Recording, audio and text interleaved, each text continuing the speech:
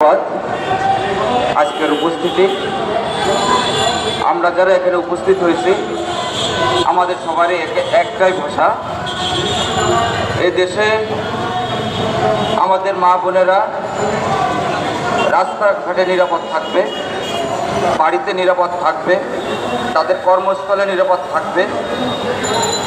যে সমস্ত হাইনার চোখ আমাদের মা বোনদের উপরে প্রতিনিয়ত পড়ে, আমরা বর্তমান সরকারের প্রতি আহ্বান জানাবো তাদেরকে সেই দৃষ্টিভঙ্গি বদলানোর জন্য, তাদের সেই দুষ্ট কর্মকাণ্ড বদলানোর জন্য রাষ্ট্রের যা যা প্রয়োজন তারা যেন সেটা প্রয়োগ করে। আমরা আর কোনো মায়ের লাঞ্ছিত হওয়া দেখতে চাই না, আমরা কোনো বোনের লাঞ্ছিত হওয়া দেখতে চাই না।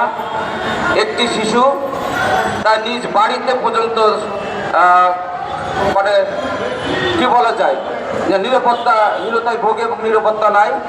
আমরা এই রাষ্ট্র ব্যবস্থা চাই না। আমরা চাই আমাদের প্রতিটা ক্ষেত্রে আমাদের যে সমস্ত মা বোনেরা আছেন তারা সবসময় সুরক্ষিত থাকুক এবং সুন্দরভাবে তারা জীবনযাপন করুক।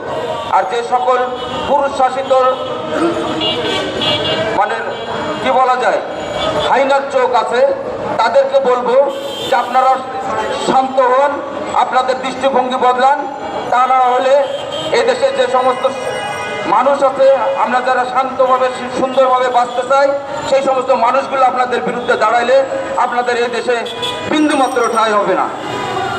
আপনারা যারা এখানে উপস্থিত আছেন সবাইকে আজকের এই প্রতিবাদ সমাবেশ থেকে আপনাদের সবাইকে ধন্যবাদ জানাচ্ছি যে আপনারা একত্রিত হয়েছেন। এই জন্য আমার পক্ষ থেকে আপনাদের সবাইকে ধন্যবাদ।